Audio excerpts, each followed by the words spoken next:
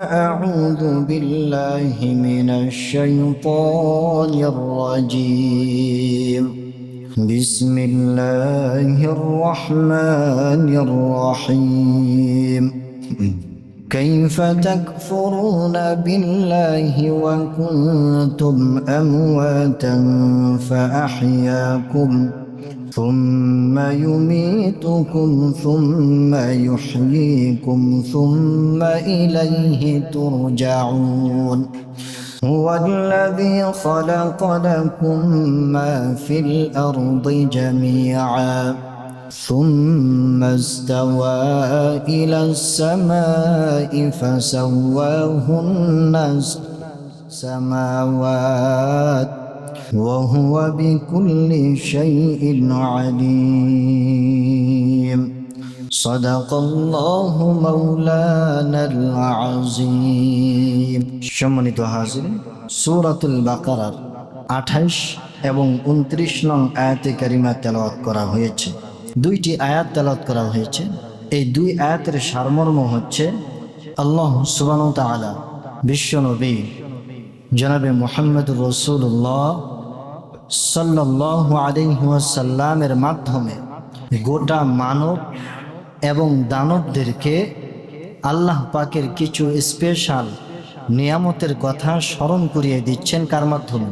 বিশ্বনবী জনাবে মুহাম্মদুর রাসূলুল্লাহ সাল্লাল্লাহু আলাইহি ওয়াসাল্লামের মাধ্যমে। কি জন্য? যাতে আমরা আল্লাহর সাথে কাউকে শরীক না করি। কি করি? শরীক না করি এবং আল্লাহ পাকের নিয়ামতের নাশুকরি না হয়, সব সময় তার নিয়ামতের শুকরিয়া আদায় করি। আল্লাহ সুবহানাহু ওয়া তাআলা বিশ্বনবীর মাধ্যমে আমাদেরকে জানাচ্ছেন। আল্লাহ পাক বলেন, কাইফা তাকফুরুনা বিল্লাহ।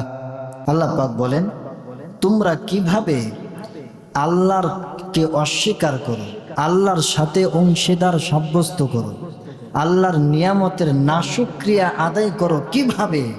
এটা বোঝা আসে না। কারণ আমি আল্লাহ তোমাদেরকে বিশেষ কিছু নিয়ামত দান করেছি। তার মধ্যে এক নম্বর হলো ওয়া কুনতুম আমওয়াতান ফাআহইয়াকুম। তোমরা ছিলে মৃত। তোমরা কি বলেন? মৃত। আমি আল্লাহ পাকেই তোমাদেরকে জীবন দান করেছি। এই পৃথিবীতে তোমার কোনো অস্তিত্ব ছিল না, তোমাকে কেউ চিনত না, তোমার নাম নিয়ে কেউ ডাকতো না। আমি আল্লাহ পাকেই তোমাকে এই পৃথিবীতে আনছি। অনিস্তিত্ব থেকে অস্তিত্বে এনেছেন কে বলেন? এরপর আল্লাহ পাক বলেন, সুম্মা ইউমীতুকুম। নির্দিষ্ট একটা সময় দুনিয়াতে থাকার পরে আবার আল্লাহ পাক আমাদেরকে মৃত্যু দিবেন। এই মৃত্যুটাও আল্লাহর পক্ষ থেকে দেওয়া কি আমাদের জন্য নিয়ামত। এরপর আল্লাহ পাক বলছেন, সুম্মা ইউহয়িকুম। এরপরে আল্লাহ পাক আবার আমাদেরকে মৃত্যু থেকে জীবন দান করবেন। এরপর সুম্মা ইলাইহি তুরজাউন। এরপর আমরা প্রত্যেকেই আল্লাহর দরবারে ফিরে যাব। কার দরবারে? আল্লাহর দরবারে ফিরে যাব। তো এই আয়াতের মধ্যে আল্লাহ পাক আমাদের সাথে সম্পৃক্ত স্পেশাল কিছু নিয়ামতের কথা স্মরণ করে দিলেন, যে আমাদেরকে জীবন দিয়েছেন, আবার আমাদেরকে মৃত্যু দিবেন, আবার আমাদেরকে জীবিত করবেন, আবার আমরা প্রত্যেকে আল্লাহর দরবারে ফিরে যাব। পরের আয়াতের মধ্যে আল্লাহ পাক বলছেন যে আমি জীবন দিয়েই তোমাদেরকে ক্ষান্ত হই নাই। যে জীবন দিলাম পৃথিবীতে, তোমাদেরকে একটা জীবন দিলাম আর ছেড়ে দিলাম, বাস আমার দায়িত্ব ফুরায় যায় না। আমি জীবন দিয়েছি, সাথে সাথে পৃথিবীতে বসবাসের জন্য যা কিছু দরকার আমি আল্লাহ তোমাদের জন্য ব্যবস্থা করে দিয়েছি। সুবহানাল্লাহ। পরের আয়াতের মধ্যে আল্লাহ পাক বলেন, হুয়াল্লাযী খালাকা লাকুম মা ফিল আরদি জামিআ। আল্লাহ পাক বলেন, আমি জীবন দিয়ে ক্ষান্ত হই নাই, দায়িত্ব থেকে মুক্ত হয়ে যাই নাই, বরং তোমার এই জীবনটা যাতে সুন্দরভাবে চলে, সুন্দরভাবে জীবন যাপন করতে পারো, এজন্য পৃথিবীর প্রত্যেকটা বস্তুকে তোমার উপকারের জন্য আমি আল্লাহ বানাইছি। সুবহানাল্লাহ। ثم استوى إلى السماء فسواهن سبع سماوات অতঃপর আমি আল্লাহ 7 আসমানকেও তোমাদের উপকারের জন্য বানাইছি ওয়াহুয়া বিকুল্লি শাইইন আলিম আর আল্লাহ পাক প্রত্যেকটা বস্তু সম্পর্কে জানেন, অবগত আছেন। এই পৃথিবীতে এমন কোনো কাজ ঘটে যেটা আল্লাহ পাক জানে না, এমন কোনো কাজ আছে বলেন? প্রত্যেকটা বিষয়ে আল্লাহ পাক জানেন এবং অবগত আছেন। তাহলে বলেন তো, এই দুই আয়াতের মাধ্যমে আল্লাহ পাক আমাদেরকে বিশেষ কিছু নিয়ামতের কথা স্মরণ করিয়ে কি উপদেশ দিলেন? যে আল্লাহর সাথে শরীক করা যাবে না, আল্লাহর নিয়ামতের না শুকরিয়া আদায় করা যাবে না। তো প্রথম আয়াতের মধ্যে দেখেন আল্লাহ সুবহানাহু ওয়া তাআলা বলছেন, বান্দা তুমি আমি আল্লাহর সাথে কিভাবে শরীক করো, কিভাবে নাফরমানি করো, কারণ তোমার যে দেওয়া জীবনটা এটা আমি আল্লাহর পক্ষ থেকে দেওয়া। ওয়া কুনতুম আমওয়াতান ফাআহইয়াকুম, তুমি ছিলে মৃত, এই পৃথিবীতে তোমার কোনো অস্তিত্ব ছিল না, আমি আল্লাহ তোমাকে আনছি পৃথিবীতে। কিভাবে এনেছেন? আল্লাহ সুবহানাহু ওয়া তাআলা কোরআনে কারীমের সূরাতুল মুমিনুনের মধ্যে প্রথম পৃষ্ঠা একেবারে পুঙ্খানুপুঙ্খভাবে আল্লাহ পাক বলে দিচ্ছেন যে মানব সৃষ্টির শুরু থেকে নিয়ে শেষ পর্যন্ত কিভাবে স্তরে স্তরে আল্লাহ পাক মানুষদেরকে বানিয়েছেন। আল্লাহ পাক বলেন, ثم جعلناه نطفة في قرار مكين। আল্লাহ পাক বলেন, মানব সৃষ্টির সূচনা কিভাবে করলাম জানো? 1 ফোঁটা বীর্যকে মাতৃগর্ভে আমি আল্লাহ রেখে দিয়েছি। সুবহানাল্লাহ। এরপরে ثم خلقنا النطفة علقة فخلقنا العلقة مضغة فخلقنا المضغة عظاما فكسونا العظام لحما। আল্লাহ পাক বলেন, সে 1 ফোঁটা বীর্যকে কিছুদিন পরে আমি আল্লাহ রক্তপিণ্ডতে তৈরি করে দিলাম।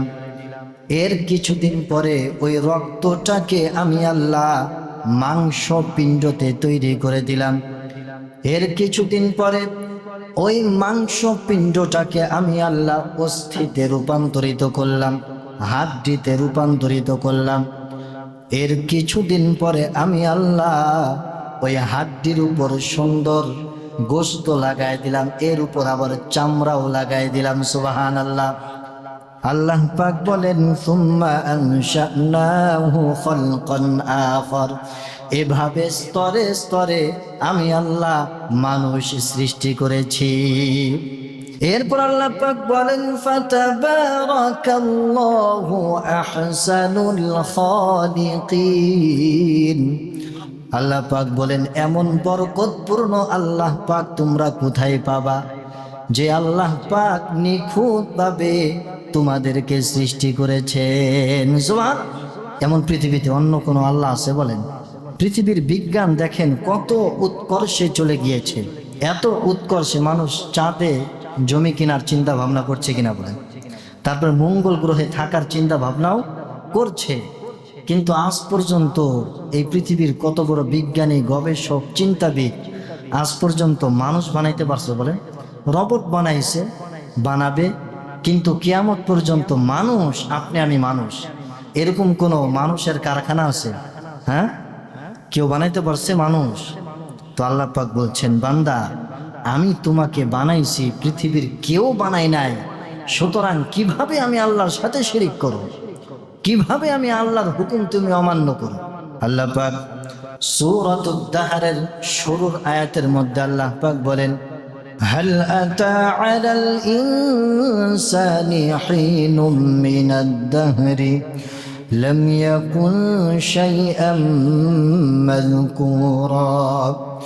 আল্লাহ পাক বলেন, বান্দা তুমি খেয়াল করে দেখো, অনেক অহংকার তুমি করেছো, কিন্তু পৃথিবীর মধ্যে এমন একটা সময় কি তোমার উপর দিয়ে অতিবাহিত হয় নাই যে সময়টাতে তুমি উল্লেখযোগ্য পৃথিবীর মধ্যে কোনো জিনিসই ছিলে না।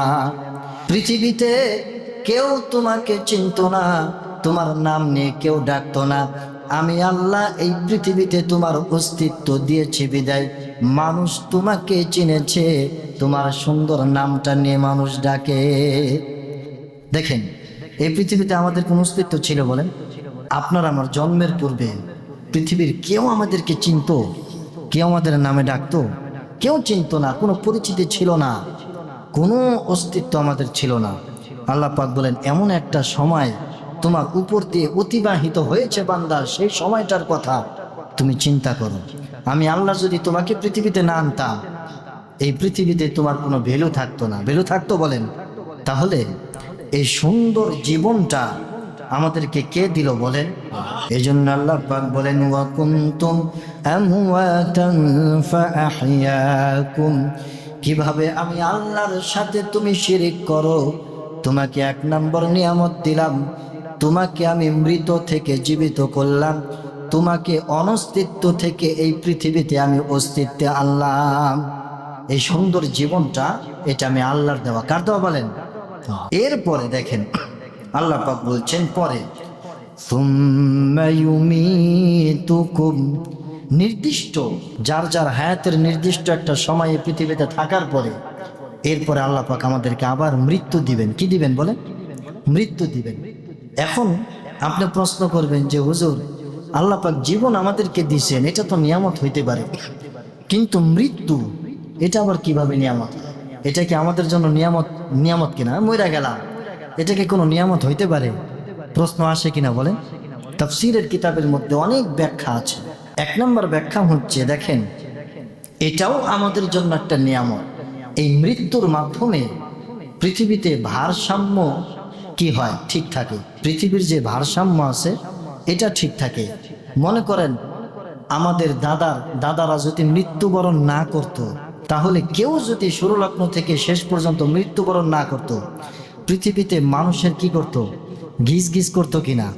এবং মানুষ বয়োবৃদ্ধ হয়ে গেলে অনেক সময় পরিবারের অনেকে বলেই ফেলে যে বুইড়াটা মরে না কেন? বলে না? এত বয়স হয়েছে, বুইড়াটা মরে না কেন? মরলে বাঁচত। তো এই যে আমাদের দাদারা দুনিয়া থেকে চলে যাচ্ছেন, তো এদের জন্য নিয়ামত, কারণ বেশি বয়োবৃদ্ধ হয়ে গেলে এদের জন্য কষ্ট, আর যারা তাদেরকে টানা হেঁচড়া করে এদের জন্য কষ্ট। তো এই জন্য মৃত্যুটা মানুষের জন্য উপকার না অপকার বলেন? উপকার। কারণ আমাদের বাপদাদারা যদি না মারা যাইতো, তাহলে তাদেরকে টানতে টানতে আমাদের অবস্থা কি হয়ে যেত? কাহিল হয়ে যেত কিনা বলেন? তো এই মৃত্যুর মাধ্যমে পৃথিবীর মধ্যে একটা ভারসাম্য কি থাকে? ঠিক থাকে। হাদিসের মধ্যে এসেছে, আল্লাহ সুবহানাহু ওয়া তাআলা কিয়ামত পর্যন্ত যত আদম সন্তান আসবে, সমস্ত আদম সন্তানদেরকে আল্লাহ সুবহানাহু ওয়া তাআলা ফেরেশতাদের সামনে পেশ করলেন। ফেরেশতারা দেখে অবাক, বললেন, হে আল্লাহ, এত আদম সন্তান যদি একসাথে দুনিয়াতে বসবাস করে, তাহলে তো দুনিয়াতে ভারসাম্য ঠিক থাকবে না, এটা কেমন? ফেরেশতারা একটা সন্দিহানের মধ্যে থাকলেন। আল্লাহ পাক বললেন, ফেরেশতা, তোমাদের চিন্তার কোনো কারণ নাই, আমি এমন একটা বস্তু দিয়া দিব যার মাধ্যমে আমার পৃথিবীর ভারসাম্য ঠিক থাকবে। সেই বস্তুটার নাম হচ্ছে মৃত্যু। সেই বস্তুটার নাম কি বলেন? মৃত্যু। ফেরেশতারা বলল, আল্লাহ, মৃত্যু যদি দেন, তাহলে মৃত্যুর কথা স্মরণ করে করে তো বান্দারা পাগল হয়ে যাবে, অন্য কোনো কাজেই করতে পারবো না, তো এটা আবার কেমনে সম্ভব? তো আল্লাহ পাক বললেন, আমি আরো একটা জিনিস দিব, যেটার কারণে মানুষের মৃত্যুর কথা তেমন স্মরণ থাকবে না। সেই জিনিসটার নাম হচ্ছে আশা আকাঙ্ক্ষা। সেই জিনিসটার নাম কি বলেন? মানুষের আশা আকাঙ্ক্ষা। আমার জীবনে আমি একদিন এরকম দেখছি যে একজন বয়োবৃদ্ধ লোক মনে হয় প্রায় 70-80 বছর, সেও 5টা বাড়ি আছে, 6 নম্বর বাড়ি সে এরকম মিস্ত্রি খাটাইতেছে, লিড দিচ্ছে, এই বাড়িটা এমনি করো, এমনি করো, এমনি করো, এমনি করো। কিন্তু দেখা গেল সে বাড়ি কমপ্লিট হওয়ার আগেই সে কি দুনিয়া থেকে চলে যাচ্ছে। তো এই যে মানুষের আশা, মৃত্যুর আগ দিন পর্যন্ত মানুষ আশা আকাঙ্ক্ষা করে, আমি ওইটা পামু, ওইটা পামু। এই আশা আকাঙ্ক্ষা নিয়ে মানুষ কি থাকে? বেঁচে থাকে। আল্লাহ পাক কোরআনের মধ্যে বলেন, আলহাকুমুত তাকাসুর হাত্তা যুরতুমুল মাকাবির। যারা আশা আকাঙ্ক্ষা, দুনিয়ার সোসা, দুনিয়ার কি বলেন? সোসা, এদের কবরের মাটি যতক্ষণ পর্যন্ত মুখে না পড়বে ততক্ষণ পর্যন্ত এই দুনিয়ার আশা আকাঙ্ক্ষা তাদের দিল থেকে যাবে না। তো আল্লাহ পাক বললেন মৃত্যু সাথে সাথে আশা আকাঙ্ক্ষা। এই আশা আকাঙ্ক্ষার কারণে মানুষ মৃত্যুকে তেমন কি করে না বলেন, স্মরণ করে না। তাহলে আল্লাহ পাক যে আমাদেরকে মৃত্যু দিবেন, এক নাম্বার নিয়ামত হচ্ছে এই মৃত্যুর মাধ্যমে পৃথিবীর ভারসাম্য কি থাকে বলেন, রক্ষা হয়। যে বয়োবৃদ্ধ এর জন্য নিয়ামত, আর যারা জোয়ান তাদের জন্য কি বলেন, নিয়ামত। মৃত্যু দুই নাম্বার নিয়ামত হচ্ছে, বিশ্বনবী বলেন তুহফাতুল মুমিনিল মাউত, মৃত্যুটা হচ্ছে একজন মুমিন বান্দার জন্য উপহার স্বরূপ। মৃত্যুটা কি বলেন, একজন মুমিন বান্দার জন্য উপহার স্বরূপ। আল্লাহ নবী বলেন আল মাউতু জিসরুন ইয়াসিরুল হাবিবা ইলাল হাবিব, মৃত্যুটা হচ্ছে এমন একটা সেতু, যে সেতুটা পার হলেই একজন বন্ধু আরেকজন বন্ধুর সাথে মোলাকাত হয়ে যায়। তার মাঝে এবং আল্লাহর মাঝে সেতু কি বলেন তো, মৃত্যু। মৃত্যুবরণ করা ছাড়া আল্লাহর সাথে সাক্ষাৎ করা সম্ভব বলেন? কোন চর্মচক্ষু ব্যক্তি আল্লাহকে দুনিয়াতে থাকা অবস্থায় দেখতে পারবে? তার মাধ্যমটা কি? মৃত্যু। জোরে বলেন, তার মাধ্যমটা কি? মৃত্যু। মৃত্যুর মাধ্যমে একজন মুমিন বান্দা সে আল্লাহ পাকের বন্ধু, তার বন্ধুর সাথে কি হয়ে যাবে, মুলাকাত হয়ে যাবে। সুবহানাল্লাহ। এজন্য বিশ্বনবী বলেন তুহফাতুল মুমিনিল মাউত, মৃত্যুটা হচ্ছে একজন ইমানদারের জন্য উপহার। মৃত্যুবরণ করবে, আল্লাহর সাথে সাক্ষাৎ করবে, আর ওই বান্দা জান্নাতে চলে যাবে। সুবহানাল্লাহ। এই মৃত্যুটা আপনার আমার জন্য নিয়ামত।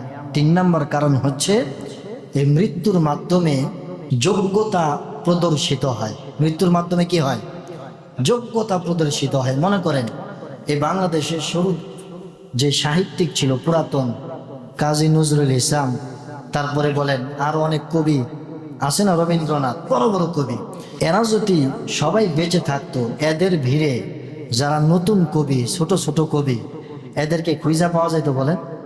পাওয়া যাইতো না। এরা মৃত্যুবরণ করেছে বিদায় এখন যারা কবি আছে এদের আমাদের চোখে পড়ে।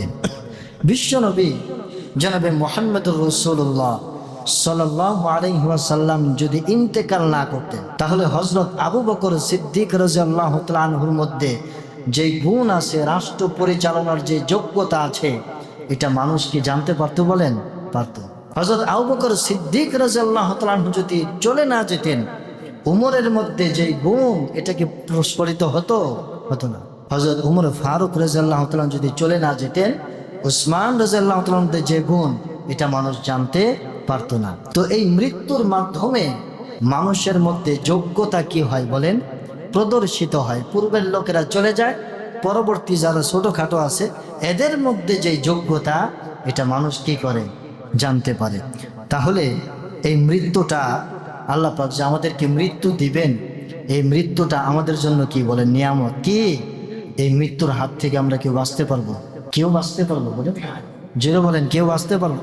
আল্লাহ পাক বলেন আইনামা তাকুনু ইউদরিকুমুল মাউতু ওয়ালাউ কুনতুম ফি বুরুজিম মুশাইয়াদা। আল্লাহ পাক বলেন মরণ থেকে যতই পালাও, মরণ তোমায় লইবে ঘিরি, যদিও সুদূর আকাশ পানে পালাও সেথায় লাগায়া সিঁড়ি। মৃত্যু থেকে বাঁচার জন্যে যতই কৌশল তুমি অবলম্বন করো, যতই কঠিন কুঠির মধ্যে তুমি পলায়ন করো, আজরাইল সেখান থেকে তোমাকে খুঁজে বের করে ফেলবে।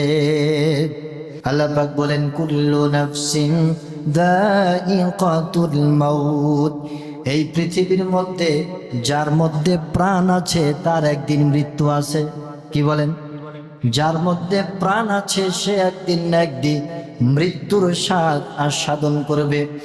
ওয়া ইন্নামা তুওয়াফাউনা উজুরাকুম ইয়াউমাল কিয়ামাহ। আল্লাহ পাক বলেন বান্দা, দুনিয়ার জিন্দেগিতে যতটুকুন হায়াত তুমি পেয়েছো, এই হায়াতের মধ্যে যতটুকুন আমল তুমি করেছো, তোমার প্রত্যেকটা আমলের বেনিফিট, আজর কিয়ামতের মাঠে তোমাকে পাই টু পাই বুঝিয়ে দেওয়া হবে, একটুখানি কমতি করা হবে না। فمن زحزح عن النار وأدخل الجنة فقد فاز। আল্লাহ পাক বলেন, কিয়ামতের সেই কঠিন মুহূর্তে, কিয়ামতের সেই ভয়াবহ দিনে আমি আল্লাহ যাকে জাহান্নামের আগুন থেকে দূরে সরাইয়া জান্নাতের মধ্যে প্রবেশ করাবো, ফাকাদ ফাজ, ওই ব্যক্তি হচ্ছে সফল কাম। ওই ব্যক্তি কি বলেন? সফল কাম। আমরা মনে করি একটা গাড়ির মালিক হয়ে গেলাম আমি সফল, একটা বাড়ির মালিক হয়ে গেলাম আমি সফল, আমি বিরাট বড় চাকরি করে আমি সফল, আমি বিরাট বড় বিজনেসম্যান আমি সফল। আল্লাহ পাক বলেন, বান্দা এটা বড় সফলতা না, আসল সফলতা হচ্ছে কিয়ামতের ময়দানে কঠিন জাহান্নামের আগুন থেকে যদি তোমাকে দূরে সরাইয়া জান্নাতের মধ্যে প্রবেশ করাই, ওটাই হচ্ছে কি বলেন? আসল। এই জন্য বিশ্বনবী জনাবে মুহাম্মদুর রাসূলুল্লাহ সাল্লাল্লাহু আলাইহি ওয়াসাল্লাম বলেন, আকসিরু যিকরা হাযিহিল লাযাতিল মাউত, তোমরা মৃত্যুকে বেশি বেশি স্মরণ করো, কারণ মৃত্যু দুনিয়ার স্বাদ আহ্লাদকে ধ্বংস করে দেয়। মনে করেন এই যে আমাদের এখানে মেলা হচ্ছে বা বিভিন্ন জায়গায় অনেক খারাপ কাজ হয়, আপনি যাবেন, সেখানে নিয়ত করেছেন, পরক্ষণে আপনি মৃত্যুকে স্মরণ করলেন, সেখানে কি যাইতে মন চাবে? যাইতে মন চাবে না। যদি আপনি প্রকৃত পক্ষে মৃত্যুকে স্মরণ করেন, হায় হায় আমার তো কিছুক্ষণ পর মৃত্যু হয়ে যেতে পারে, আমি তো কবরে একটু পরে চলে যেতে পারি, আমার তো মৃত্যুর সাথে সাথে এই পোশাক মানুষ খুলে রাখবে, 3টা সাদা কাপড় পরাইয়া আমাকে খালি হাতে কবরস্থানের দিকে নিয়ে যাবে, এগুলো যদি চিন্তা করেন, ওই খারাপ জায়গা আপনার যাইতে মন চাবে? বলেন, যাইতে মন চাবে না। এজন্য বিশ্বনবী বলেন, আকসিরু যিকরা হাযিহিল লাযাতিল মাউত, হে আমার উম্মত, তোমরা মৃত্যুকে বেশি বেশি স্মরণ করো, কারণ মৃত্যু দুনিয়ার স্বাদ আহ্লাদকে ধ্বংস করে দেয়, আমলের প্রতি আগ্রহ বাড়ায়া দেয়। সুবহানাল্লাহ। বিশ্বনবী জনাবে মুহাম্মদুর রাসূলুল্লাহ সাল্লাল্লাহু আলাইহি ওয়াসাল্লাম বলেন, ইন্না হাযিহিল কুলুবা তাসদাউ কামা ইয়াসদাউল হাদীদু ইযা আসাবাহুল মা।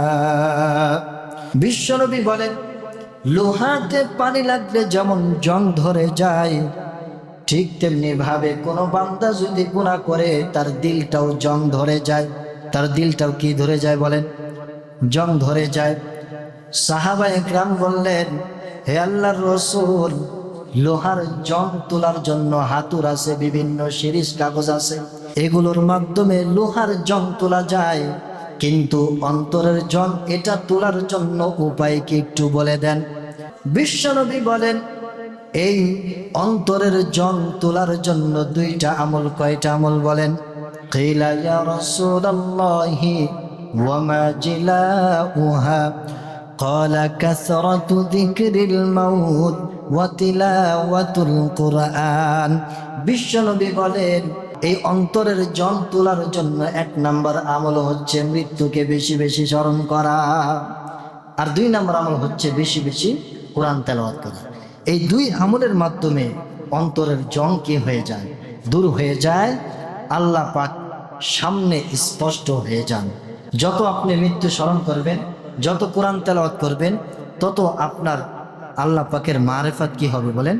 হাসিল হবে। তো দেখেন, এই মৃত্যু এমন একটা বস্তু, এটার ব্যাপারে কোনো দ্বিমত নাই। মৃত্যুর ব্যাপারে কোনো দ্বিমত আছে বলেন?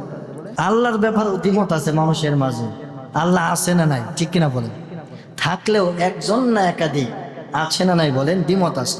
কিন্তু আল্লাহর সৃষ্টি মৃত্যু, এর ব্যাপারে কি কোনো দ্বিমত আছে বলেন?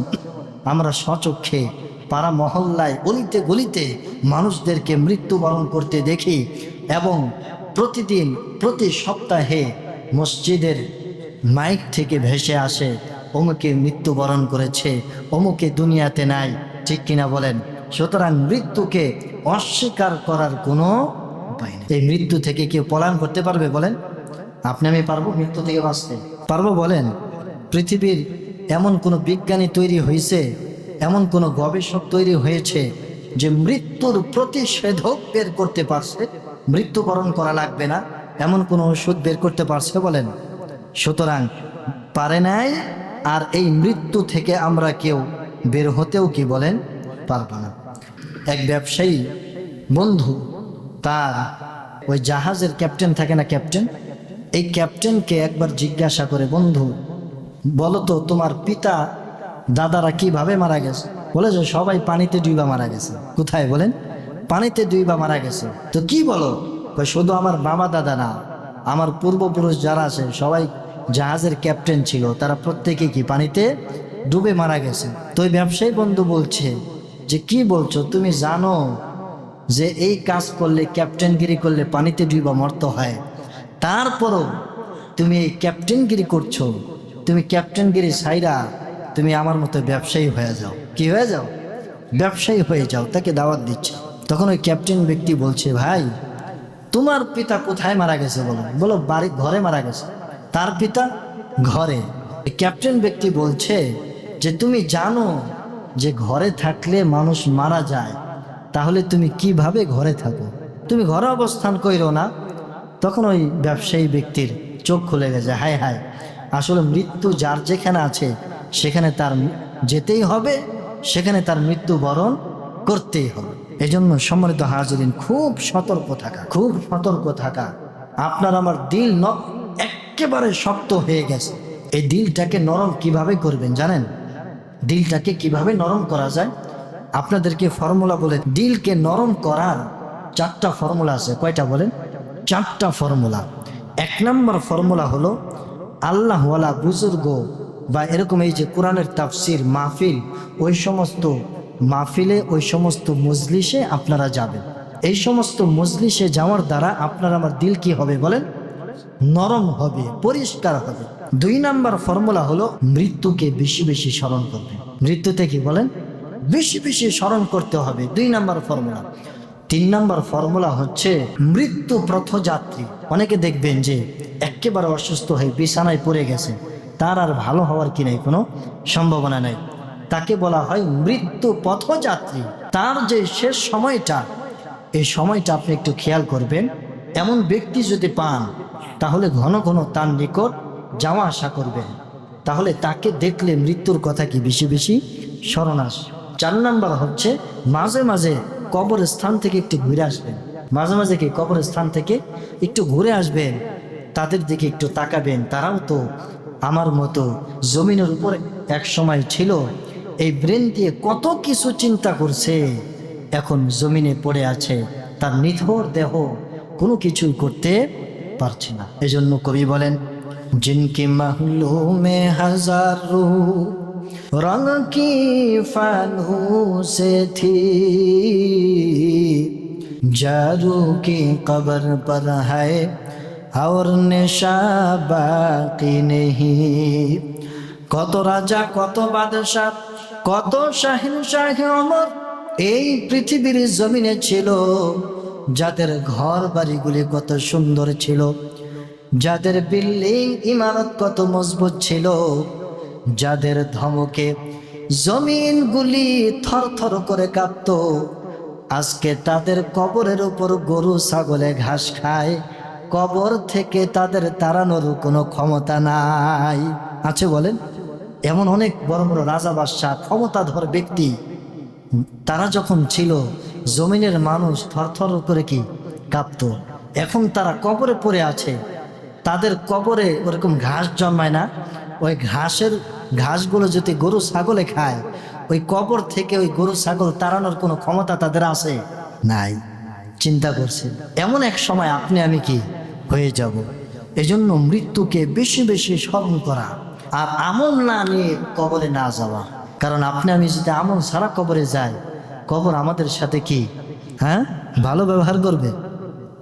সম্মানিত হাজরিন, কবরটা খুব ভয়ানক একটা জায়গা। আমল ছাড়া কবর জগতে যাওয়া যাবে, সে মৃত্যুকে ভুলে যাওয়া যাবে না। তো এজন্য আয়াতে কারিমার মধ্যে আল্লাহ সুবহানাহু ওয়া তাআলা বললেন, তুম্মা ইউমীতুকুম, আমি তোমাদেরকে মৃত্যু দিব। কি দিব বলেন? মৃত্যু দিব। আর এই মৃত্যুটাও তোমাদের জন্য এক প্রকার নেয়ামত, আর এই মৃত্যুকে সদা সর্বদা কি করতে হবে? স্মরণ করতে হবে। এরপরে আল্লাহ পাক বলছেন সুম্মা ইউহয়িকুম, মৃত্যু দেওয়ার পরে এরপরে আমি আল্লাহ তোমাদেরকে আবার জীবিত করব। আমি আল্লাহ তোমাদেরকে কি করব? আবার জীবিত করব। এই যে আবার জীবিত আল্লাহ পাক আমাদেরকে করবেন, এটাও আমাদের জন্য নিয়ামত। কি বলেন? এটা আমাদের জন্য নিয়ামত। নিয়ামত কিভাবে? দেখেন, এই দুনিয়ার বুকে অনেকে অনেক খারাপ ব্যক্তি, অনেকে অনেকের উপর জুলুম করছে, কিন্তু দুনিয়াতে তার বিচার হয় নাই, সে দুনিয়া থেকে চলে গেছে। এমন লোক আছে না?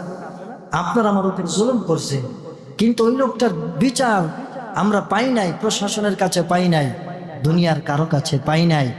ওই লোকটা তার ক্ষমতা নিয়ে দুনিয়া থেকে চলে গেছে। আবার আরেকজন লোক মাজলুম, জুলুমের শিকার হয়েছে, সেও দুনিয়া থেকে চলে গেছে। তাহলে আবার আরেক ব্যক্তি দেখেন অনেক বদ কাজ করলো, সেও দুনিয়া থেকে চলে গেল। আবার একজন ব্যক্তি অনেক নেক কাজ করলো, সে আল্লাহর ভয়ে জিনা থেকে বাঁচলো, সুদ ঘোষ থেকে বাঁচলো, দুনিয়ার আরাম আয়েশ থেকে বাঁচলো, সেও দুনিয়া থেকে চলে গেল। তো ওই লোকটা যে দুনিয়া থেকে না পাইচা, সে তো খারাপ কাজের মধ্যে দুনিয়ার স্বাদ নিতে পারতো, ঠিক কিনা বলেন? পারতো না? তো এই যে পার্থক্য, একজন জালেম আরেকজন মাজলুম, আরেকজন নেককার আরেকজন বদকার, তারা যে দুনিয়া থেকে চলে গেল, যদি আল্লাহ পাক পুনরায় জীবিত না করেন, পুনরায় যদি জীবিত না করেন, তাহলে নেককারকে নেকের প্রতিদান আল্লাহ পাক কিভাবে দিবেন? ওই যে জুলুমকারী জুলুম করছে, যদি আল্লাহ পাক পুনরায় জীবিত না করেন, তাহলে তার বিচার কিভাবে হবে? আপনি আমি মুসলিম, আমরা কোথায় বিচার পাবো? দুনিয়াতে তো বিচার পাইনি। তাহলে আল্লাহ পাক যে আমাদেরকে পুনরায় জীবিত করবেন, এটাও আমাদের জন্য কি বলেন? নিয়ামত। এরপর আল্লাহ পাক বলছেন সুম্মা ইলাইহি তুরজাউন, এক পর্যায়ে প্রত্যেকটা মানব দানব আল্লাহর দরবারে ফিরে যাবে। কোথায় ফিরে যাবে? আল্লাহর দরবারে ফিরে যাবে, আল্লাহর কাছে ফিরে যাবে। দেখেন তাফসীরের কিতাবের মধ্যে আসছে, আল্লাহর কাছে ফিরে যাওয়া এটা দুই ভাবে হয়। কয় ভাবে? দুই ভাবে। এক নাম্বার বাধ্য হয়ে ফিরে যাওয়া, আর দুই নাম্বার হচ্ছে একেবারে আল্লাহ পাক নিমন্ত্রণ জানিয়ে তার কাছে নিয়ে যাওয়া, ইতমিনানের সাথে হাসি খুশি ভাবে আল্লাহর দরবারে ফিরে যাওয়া। দুই ফিরে যাওয়ার মধ্যে পার্থক্য আছে কিনা বলা?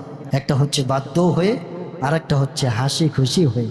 যারা বদকার, আজরাইল যখন আসবে তাদের জান বের হতে চাবে না, গোটা শরীর পিটায় পিটায় পিটায় পিটায় একেবারে এখানে গিট্টুটা দিবে, এরপরে আপনার গলার মধ্যে দিয়ে হাত ঢোকা, এরপরে এখান থেকে ছিঁড়া জানটা বের করবে। তখন মনে হবে প্রত্যেকটা অঙ্গ প্রত্যঙ্গ একেবারে, হাদিসের মধ্যে আসছে একটা ছাগলকে উল্টা কইরা জবে না কইরা চামড়া একেবারে খসাইলে, একজন মানুষের চামড়া খসাইলে যেমন যন্ত্রণা হয়, একজন বদকার যখন জানটা কবজ করবে তার চাইতে বেশি তার কষ্ট হবে।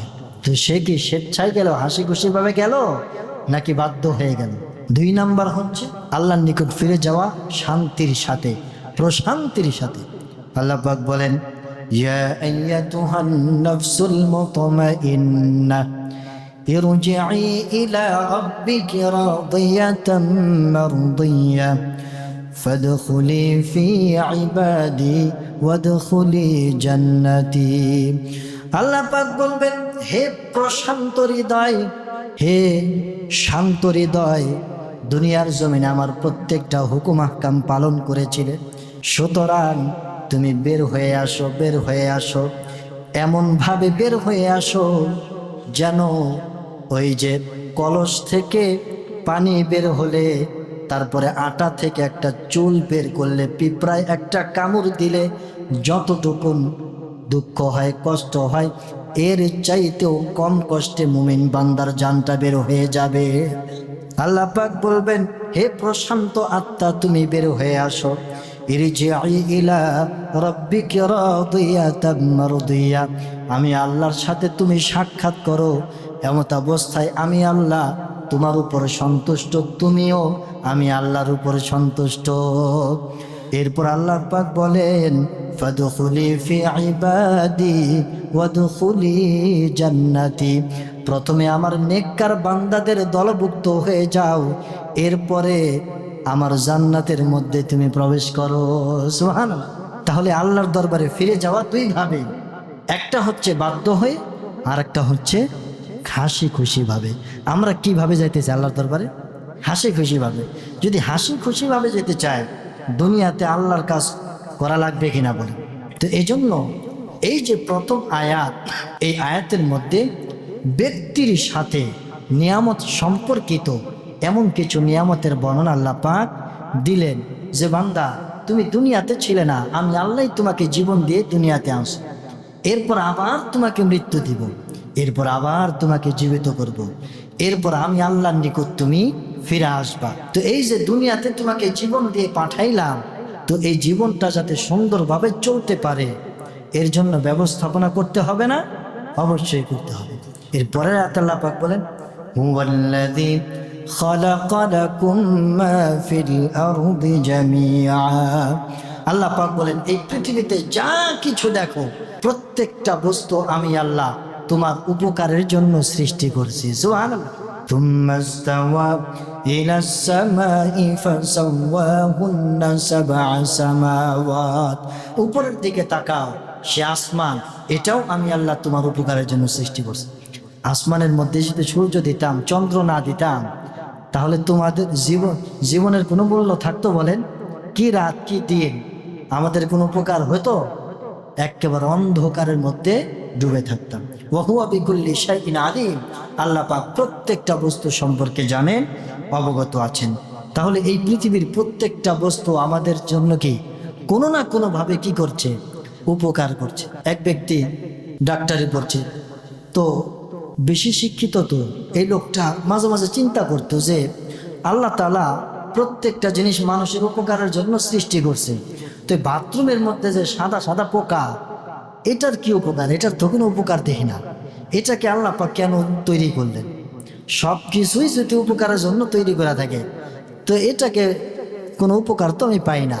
তো ডাক্তারি পড়ছে, তো পড়তে পড়তে পড়তে যখন ডাক্তার হয়ে গেছে, তখন সে গবেষণা করে দেখলো যে মানুষের চোখের যে ড্রপ, চোখের যে ওষুধ, এই ওষুধের অনেক ওষুধের মধ্যে একটা হচ্ছে ওই বাথরুমের পোকা, যেটাকে প্রসেসিং করে মানুষের চোখের জন্য ওষুধ তৈরি করা হয়। সুবহানাল্লাহ। তাহলে চিন্তা করেন, আপনার আমার গবেষণায় ধরবে না, অনেক কিছু মনে হবে যে এটার কি উপকার, এটার কি উপায়, কিন্তু কোনো না কোনো দিক দিয়ে ওই বস্তুটা আপনার আমার উপকার করছে, আপনি আমি জানি। এজন্য আল্লাহ সুবহানাহু ওয়া তাআলা বিশ্বনবী জনাবে মুহাম্মদুর রাসূলুল্লাহ সাল্লাল্লাহু আলাইহি সাল্লামের মাধ্যমে গোটা মানব দানবকে জানালেন যে এত নিয়ামত দিলাম, পৃথিবীতে জীবন দিলাম, তারপরে এই জীবন দিয়েই ক্ষান্ত হই নাই, এই পৃথিবীতে জীবন যাতে সুন্দরভাবে বাঁচতে পারে এর জন্য পৃথিবীর সব কিছু তার উপকারের জন্য তৈরি করলাম। এরপরও একজন বান্দা কিভাবে আল্লাহ পাকের নাফরমানি করে, কাইফা তাকফুরুনা বিল্লাহ, কিভাবে আল্লাহ পাকের নাফরমানি করে থাকে। যদি একটুখানি আমরা জ্ঞান দিয়ে একটু চিন্তা করি, তাহলে কোশ্চেন কালে আমরা আল্লাহর নাফরমানি করব? নাফরমানি করব না। এজন্য আল্লাহ পাক আমাদেরকে সতর্ক করেছেন আমরা যাতে নাফরমানি না করি, নিয়ামতের কথা স্মরণ করিয়ে দিয়ে দিয়ে বান্দা যাতে হেদায়েতের পথে আসতে পারে, এজন্য বান্দাকে বারবার নিয়ামতের কথা সতর্ক করিয়ে দিয়ে বলছেন, বান্দা এত নিয়ামত দিলাম, এরপরও আমার সাথে তোমরা কি করো না? শিরিক করো না, আমার নাফরমানি করো না। আল্লাহ পাক আমাদের প্রত্যেককে আল্লাহ পাকের নাফরমানি থেকে বেঁচে থাকার তৌফিক দান করিল। আমিন। সবাই দুরূদ শরীফ পড়ুন।